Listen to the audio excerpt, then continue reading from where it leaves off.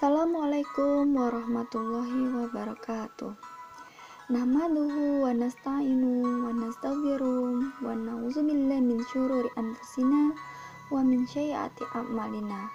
May yahdihillahu fala mudhillalah wa may yudlilhu fala hadiyalah. Allahumma shalli ala sayyidina Muhammad wa ala alihi wa sahbihi ajmain. Amma ba'du. Alhamdulillah, segala puji bagi Allah sehingga kita dipertemukan kembali di agenda pekan rutin KSWI. Semoga teman-teman semua dalam keadaan sehat walafiat. Meski kita masih dalam kajian via online, WA group, semoga langkah-langkah akhwati fillah, semangat akhwati fillah dalam bertolabul ilmi dicatat sebagai pahala yang memberatkan timbangan kelak di yaumil akhir. Amin Allahumma amin. Tak lupa pula kita haturkan sholawat serta salam ke baginda Nabiullah Muhammad SAW, kepada keluarga beliau beserta sahabat-sahabat yang mengikuti perjuangan beliau. Semoga kita termasuk umatnya yang mendapatkan syafaat kelak di yaumil akhir. Amin Allahumma amin. Sebelumnya mungkin di sini ada yang baru bergabung yang belum tahu tentang saya ya. Perkenalkan, nama saya Triwidarti, bisa dipanggil Wiwit. Saat ini tinggal di Ungaran di rumah binaan Takia. Lebih tepatnya dekat dengan kampus Undaris, seperti itu.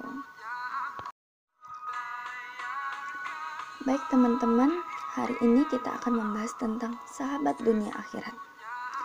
Di sini adakah teman-teman yang punya sahabat? Saya kira pada punya ya, entah itu sahabat di kampus, di sekolah, sahabat di rumah. Menurut teman-teman gimana rasanya? Tentunya asik banget kan, apalagi jika sahabat itu menjadi tempat berbagi suka dan duka, runtang-runtung kesana kemari bareng. Pasti seru kan? Tapi gimana sebaliknya, jika punya teman yang harusnya saling menyayangi, mengingatkan dalam kebaikan, saling menguatkan, malah justru menjadi toksik dan sering mencurigai. Bukannya bareng-bareng beresin masalah, malah berlomba-lomba menyebar fitnah. Bukannya bersatu cari solusi, malah berusaha saling mencelakai. Waduh, emang ada pertemanan kayak gitu ya? Ada, malah lagi banyak diminati remaja dalam permainan online yang lagi viral. Bayangkan aja ya, game yang awalnya nongol tahun 2018 ini mencatat peningkatan unduhan hingga 661% atau setara 18,4 juta per 20 Agustus 2020. Wow, berarti kan peningkatannya cepat sekali ya. Nah, gegara YouTuber latah pada ikut mainin games yang bisa merusak jalinan pertemanan ini. Nah, akhirnya keluar deh pada remaja yang lagi gabut dan mager. Nah, tuh teman-teman, hati-hati ya.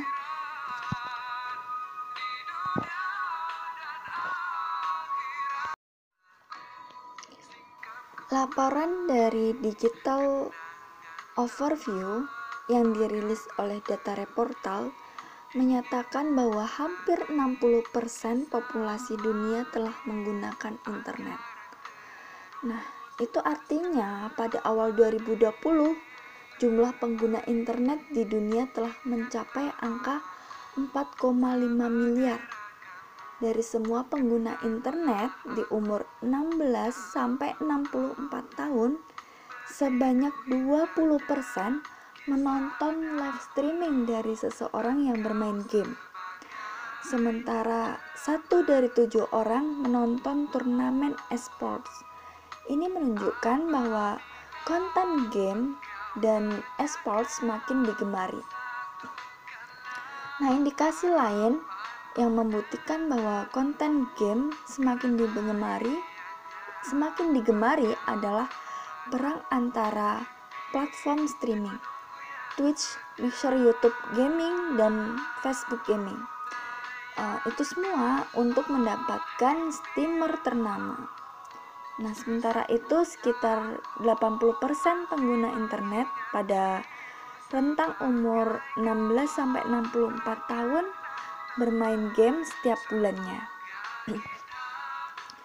Jadi jumlah gamer di dunia mencapai 3,5 miliar orang. Nah, sebagian besar 69% dari pengguna internet mengaku mereka bermain games di mobile. Nah, sementara 41% bermain games di laptop atau desktop dan 25% bermain games di konsol.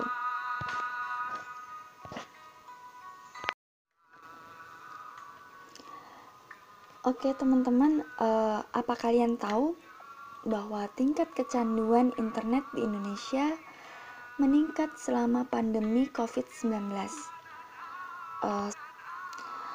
Serasa makin terlatih selama di rumah ya, terlatih rebahan sambil ngegamen. Nah, tingkat kecanduan internet ini diketahui dari studi yang dilakukan oleh dokter spesialis kedokteran jiwa dari Siloam Hospital, Lippo Village. Dr. Christiana Sistakurniasanti, SPKJ, bersama timnya kepada 2.933 remaja dan 4.734 orang dewasa berusia 20-40 tahun di 33 provinsi Indonesia. Nah, Dr. Christiana ini juga menjelaskan bahwa kecanduan internet pada remaja meningkat hingga 9,3% dengan rata-rata durasi bermain internet selama 11,6 jam per hari. Dan sialnya kalau udah berselancar di dunia maya, remaja lebih banyak cari hiburan dibanding dengan nambah ilmu pengetahuan. Selain ngubek-ngubek semua kanal sosial media, nonton video YouTube, remaja juga paling doyan main game online. Nah, apalagi kalau ngegamenya lagi viral, seperti Among Us. Nah, kebelet pengen nyobain nih dan akhirnya ketagihan, seharian gak mau ketinggalan. Main game memang ibarat candu. Nah, saking nyandunya remaja gak mau ambil pusing dengan bahaya yang ada di balik game online. Selain ngabisin waktu yang berharga, bahaya game juga bisa mempengaruhi cara berpikir dan cara berperilaku tanpa disadari oleh gamers loh. Nah, sehingga mereka jadi bertindak agresif saat kecewa dalam permainannya. Masih mending kalau agresivitas remaja yang kecanduan game online cuma banting keyboard gitu ya, ngamuk-ngamuk sambil ngabsen nama-nama hewan atau nonjok monitor. Coba kalau kalau adu fisik, nah itu kan ngeri banget ya, adu fisik dengan temannya atau malah bertindak kriminal lantaran terinspirasi oleh game yang dimainkannya. Ngeri bro. Nah, makanya apapun game online yang dimainkan, terutama yang berkaitan dengan kekerasan atau perilaku negatif lain, sedikit banyak akan mempengaruhi para pemainnya. Kebayang kalau remaja pada nyandu games crewmates dan impostor. Nah, bisa merusak persahabatan mereka persahabatan mereka dengan teman sebayanya. Nah, jangan sampai kita juga seperti itu, jangan sampai deh.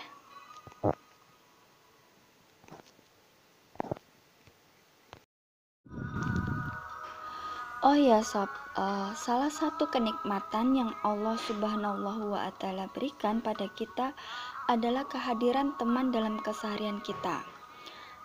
Sayangnya, terkadang kita ngerasa saking dekat nih dengan teman, jadi bisa ngapain aja biar jalinan persahabatan seru.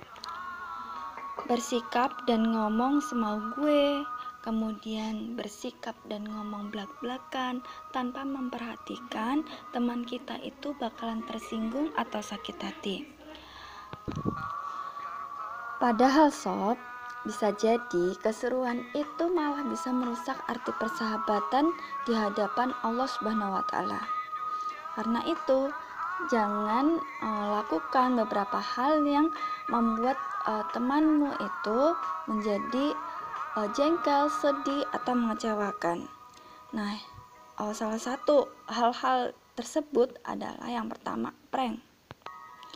Mungkin teman-teman di sini udah banyak yang tahu ya tentang prank. Prank ini tren kekinian yang jadi bahan konten sosial media. Prank alias ngerjain orang atau ngusilin orang. Nah, sialnya yang sering jadi korban itu malah justru teman kita sendiri. Tujuannya apa? Ya tujuannya hanya sebagai lucu-lucuan, terus hanya hiburan semata. Nah, keseruan yang endingnya minta maaf ini dan kalau udah dilabeli prank seolah perilaku itu tuh udah nggak masalah gitu. Padahal dalam Islam itu prank bisa merusak persahabatan. Nah, Rasulullah SAW bersabda, celakalah bagi orang yang berbicara berdusta hanya karena ingin membuat orang tertawa. Celakalah dia, celakalah dia. Rasulullah saja sampai menyebutkan 3 kali. Nah, yang selama ini kita menganggap bahwa prank itu hal biasa, hal wajar, itu ternyata Rasulullah pun melarang bahwa lucu-lucuan atau bahan tertawaan hanya sebagai bahan tertawaan itu sangat bahaya. Nah, yang kedua itu bully. Perilaku ini perilaku zolim yang dilakukan secara fisik maupun di dunia nyata maupun di dunia maya.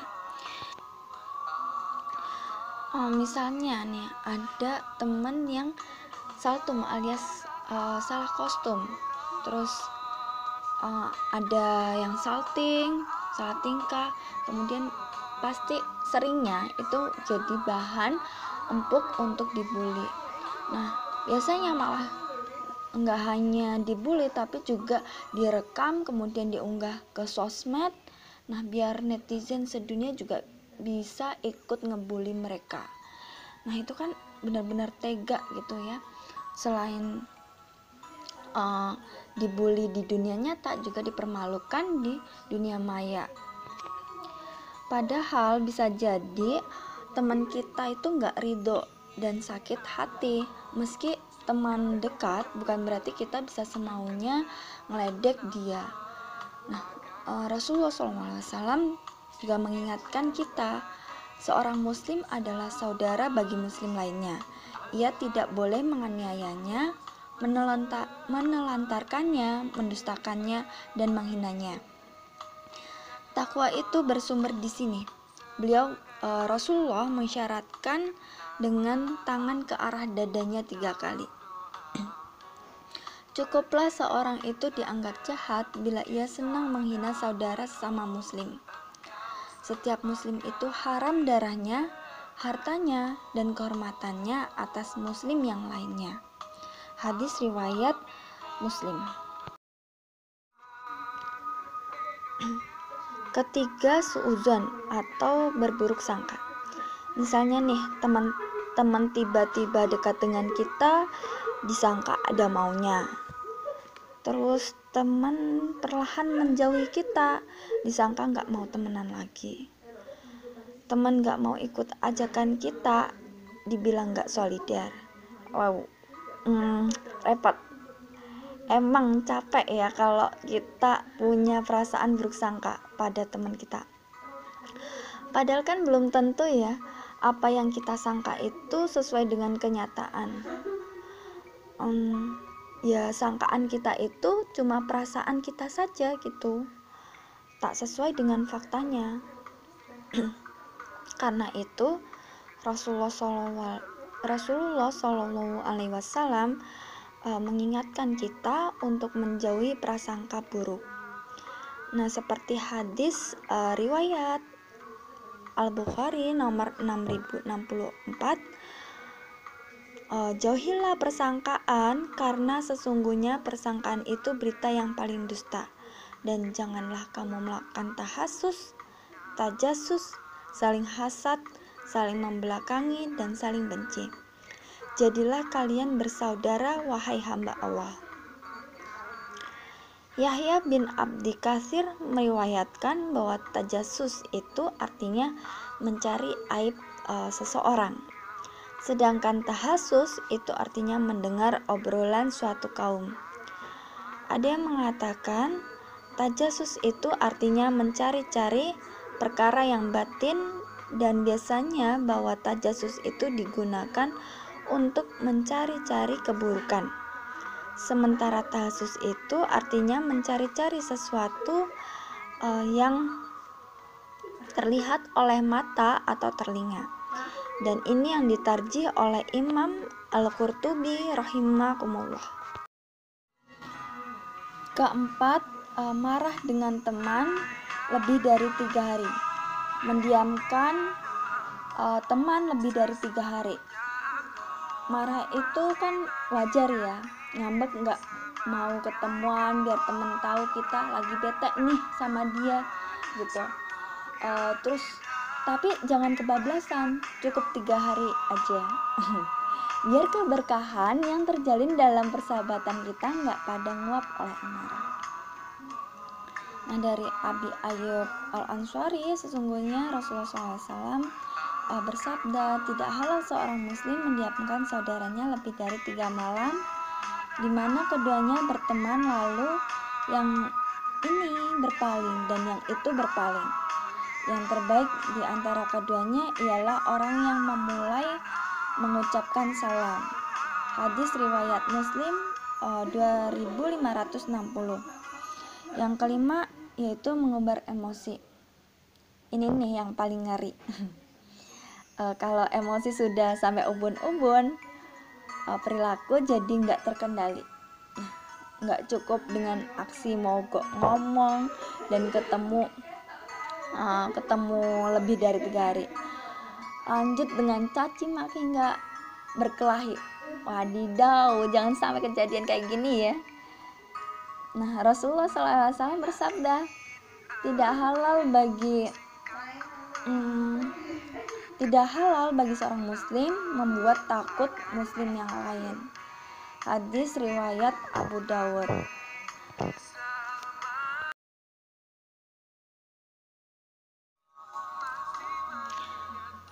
Nah, sebagai wujud rasa syukur atas kehadiran teman yang menghiasi hari-hari kita, kemudian sebagai bentuk untuk menumbuhkan serta menjaga tali persaudaraan atau tali persahabatan kita ke teman kita, itu ada beberapa hal yang mesti kita lakukan.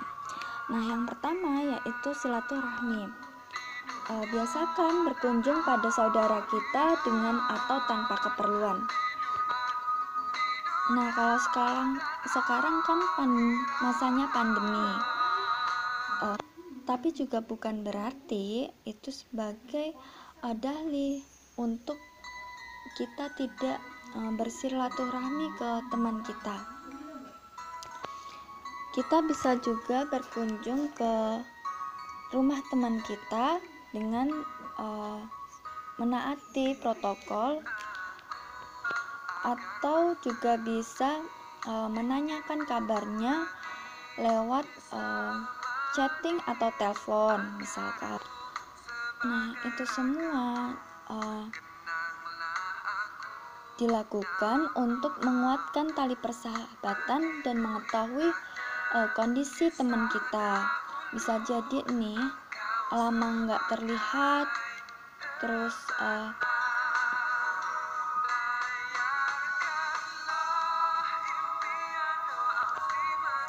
dalam sebuah hadis diriwayatkan bahwa sesungguhnya seseorang ada yang ingin mengunjungi saudaranya di kota lain. Allah lalu mengutus malaikat untuknya di jalan yang akan ia lalui. Malaikat itu pun berjumpa dengannya seraya bertanya, "Kemana engkau akan pergi?" Ia menjawab, "Aku ingin mengunjungi saudaraku di kota ini." Malaikat itu bertanya kembali, "Apakah ada suatu nikmat yang terkumpul untukmu karena sebab dia?" Ia menjawab, "Tidak, aku hanya mencintai dia karena Allah Azza wa Jalla." Malaikat itu berkata, "Sesungguhnya aku adalah utusan Allah untukmu. Allah sungguh mencintaimu karena kecintaan engkau padanya." Hadis riwayat Muslim nomor 2567. Nah, hadis ini disebutkan oleh Imam Nawawi dalam Sahih Muslim dengan judul bab keutamaan saling cinta karena Allah. Dan dalil ini dijadikan oleh para ulama sebagai dalil keutamaan saling mengunjungi sesama muslim dan mengunjungi orang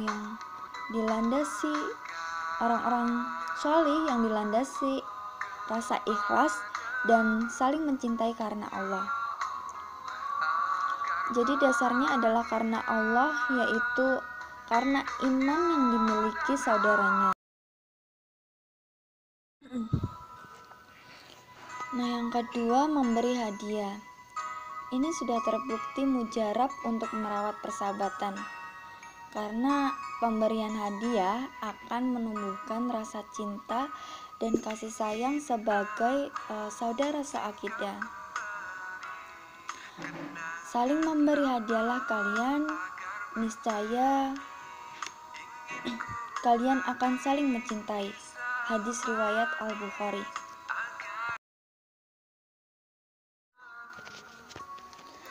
Nah, yang ketiga, mengingatkan saat khilaf dan menguatkan saat futur. Yang namanya manusia nih, tentunya tak luput dari salah dan lupa. Nah, kalau kita lihat teman bermaksiat, jangan diem baik, tapi juga harus segera mengingatkan biar nggak makin terjerumus dalam kubangan dosa. Begitu juga kalau teman kita lagi futur, lagi down karena ada masalah, jangan kita tinggalkan. Kita harus menguatkan dia. Nah, sedapat mungkin kita juga bantu dia, baik secara materi atau dengan mengembalikan semangat agar tidak menjauhi Allah Subhanahu wa Ta'ala. Innal insana lafi khusr illal ladzina amanu wa 'amilus sholihati wa tawassaw bil haqqi wa tawassaw bis sabr. Sungguh manusia dalam keadaan kerugian, kecuali orang-orang yang beriman dan mengerjakan kebajikan serta saling menasehati untuk kebenaran dan saling menasehati untuk kesabaran. Quran Surat Al-Ashr ayat 2-3.